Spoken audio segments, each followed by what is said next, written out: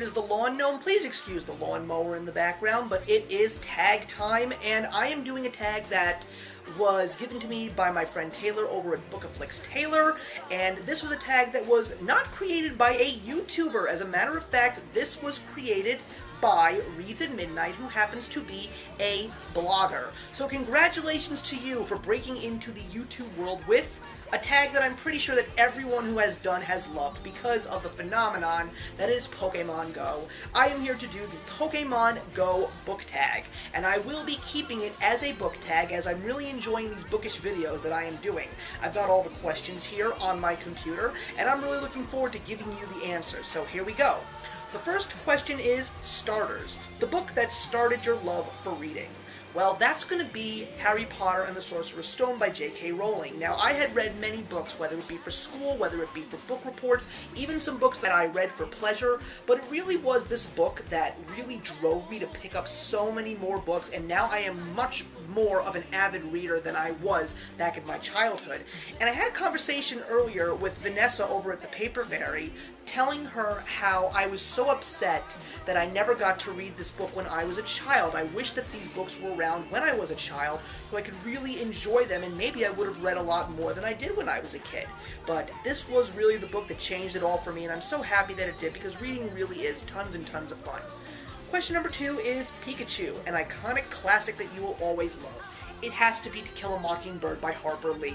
It's a book that I read for school, and I really, really loved it. I even enjoyed the movie starring Gregory Peck. That was a fantastic film, and I really appreciated the story and how deep the characters were, and it sort of was a little bit of a mystery at the end of the day as well. It had a little bit of something for everybody to enjoy. It's been a very long time since I had read this book, so I'm really looking forward to maybe somewhere in the future picking it up and reading it again and seeing how much I like it now as opposed to when I first read it.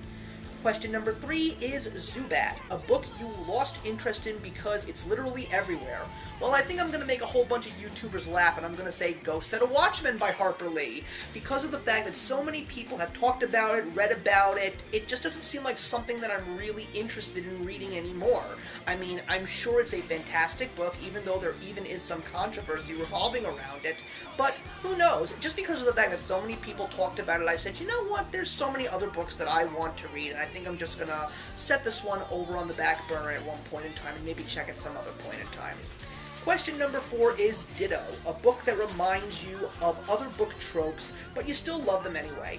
I'm going to go with the Lunar Chronicles series because there are so many tropes in there that have been done before, and this book series was, while I did have a couple of issues with it, was just tons of fun. It was a real roller coaster ride, and the cliches really didn't seem to be something that I was really bothered by. Question number 5 is Snorlax, a book/series you have not started because of its sheer size. Well, that would be Stephen King's It, but I am already putting it on my TBR for next year because I am going to read it, even though it is 1,000 pages long, because the movie is coming out and I really want to get this book read before the movie comes out. So I am going to read it, I guarantee you that.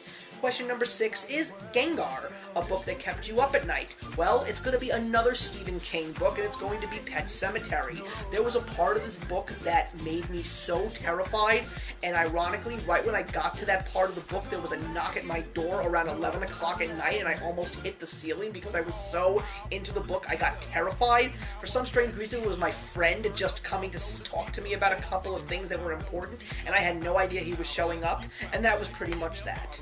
Question number 7 is Nidoking/Nido Queen, your bookish OTP.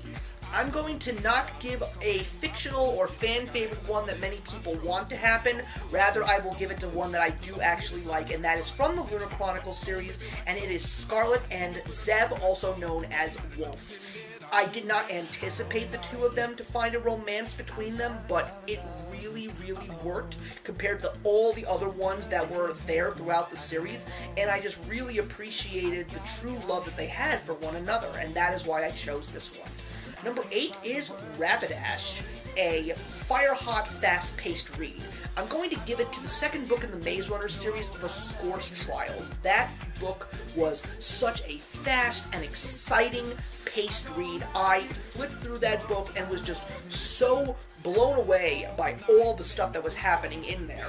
Though I didn't really enjoy it as much as I did the first book as well as the final book, but the film of the Scorched Trials, whoa, that film is intense. Number 9 is Evie, a series you'll never get tired of seeing spin-offs for, and I am going to give that to Lord of the Rings. There are so many stories that have been written in tradition. Some were actually given to us but from J.R.R. Tolkien after he had passed away, thanks to his son Christopher. The Silmarillion is definitely one of the coolest lore stories before all of the events of Lord of the Rings, and I really did enjoy that story, as well as a couple of other stories, and it's just really nice to know that there are so many of them, and yet so many people don't talk about them. But eventually I will get my hands on some of those other stories of Middle-earth, and I will definitely be interested in reading them, because I am very curious about more stories that took place in between the first, second, and third ages of that world.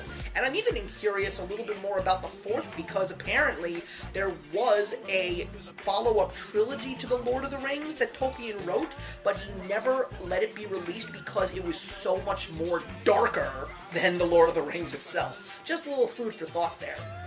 Question number 10 is Magikarp, a book/series that was surprisingly awesome.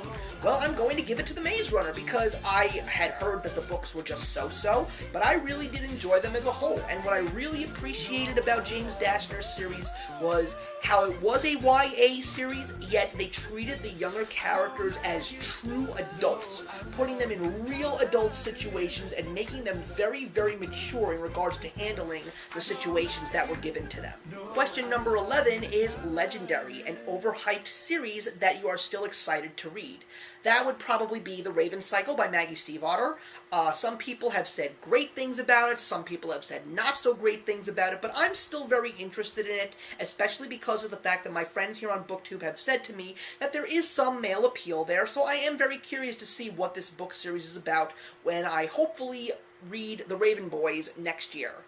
Question number 12 is Mew and Mewtwo, a collector's edition you wished you owned.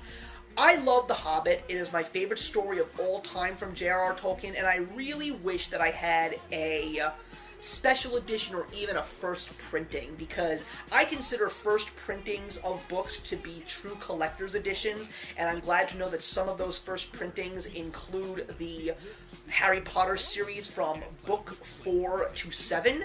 I do know that my sister has first editions of all 7 books, and I am a little envious of her because of that, and I do have some other first editions of other books, but those are what I would like to have. I would love to have a Hobbit special edition in some shape or form. Question number 13 is Poke-Egg, a debut novel that you are very excited for. I don't need to go into many details, but it is definitely unblemished by Sarah Ella, only because of the fact that there are booktubers who received our copies, and a lot of them are very, very positive about what they read, and it's almost here, so I am so excited to finally pick up Unblemished and read it and give my own thoughts on it. Question number 14 is Lore Module, and that is an audiobook read by an author. Well, audiobooks are something that I'm still not on the bandwagon for, and I have never actually had an audiobook, and for me, it's really about the fact that when it comes to reading a book,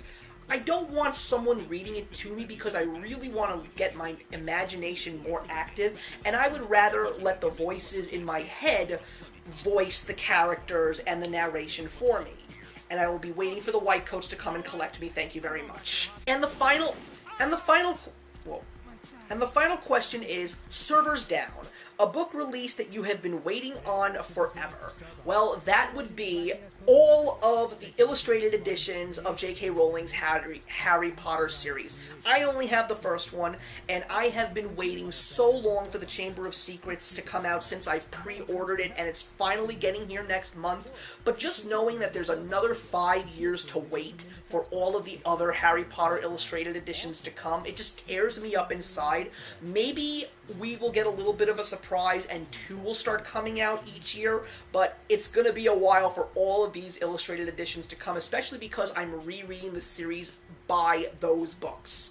And that is the Pokemon Go tag, everybody. I'm really hoping that you appreciated my answers. Feel free to put your comments into the box below, but it is time to tag some people, and oh boy, I am tagging a lot of people. I even reached out to them to make sure that they wanted to be tagged. These are some of my booktube friends that I've known for a while, and even some newer booktubers, but they are avid Pokemon Go players, and they always post likes or retweets or even comments on all the pictures that I post on Twitter when I find a very interesting Pokemon to catch. So I am going to be tagging Angela over at Coffee and Chapters, Christina over at Christina's Journey, Gina over at Randomly Bookish Gina, Jade over at Bedtime Bookworm, Caitlin over at Book Chats, Ray over at Little Lottie Reads, Civi over at Cookie Addictions, and Autumn over at Autumn Marie. And there you go, guys. Once again, thank you very much for watching, and I'm looking forward to seeing all of your comments, and I'm looking forward to all of my taggies doing the tag. And I'll see you guys in the next one. Actions speak louder than words. Everybody Pokemon!